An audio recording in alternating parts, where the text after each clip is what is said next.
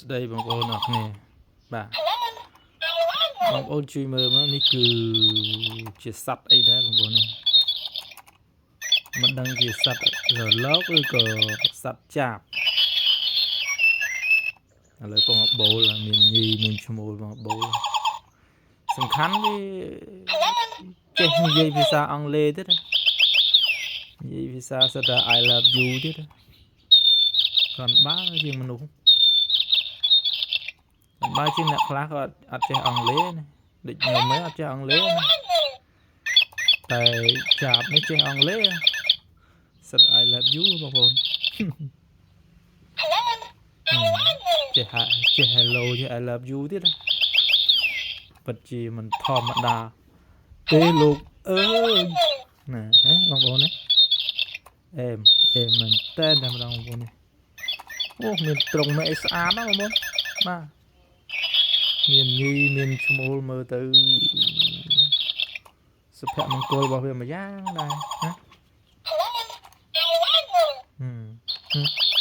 អេមណាបងប្អូន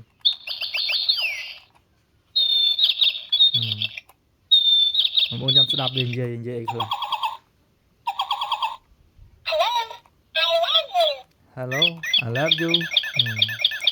តើមកវាបោដាក់គ្នាទៅវិញទៅមក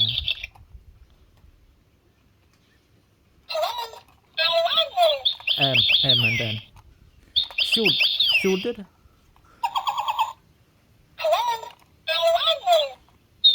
shoot មែនតើបងប្អូនយើងមកគូនេះបើសិនតែបានប៉ុណ្ណេះ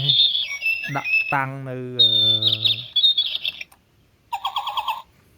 លើផ្ទះមកអេមឬក៏ដាក់នៅ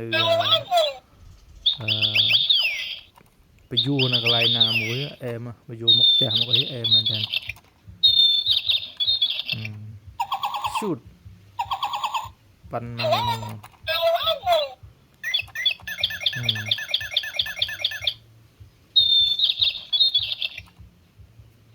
ញាក់សាច់សំខាន់គេមានថ្មដាក់ថ្មបងប្អូនណាថ្ម3គ្រាប់ត្រង់គេឡើង shoot ចាបគេក៏ shoot ដែរមកគូនេះ shoot មែនតើកប់សេរីរីកប់សេរីរី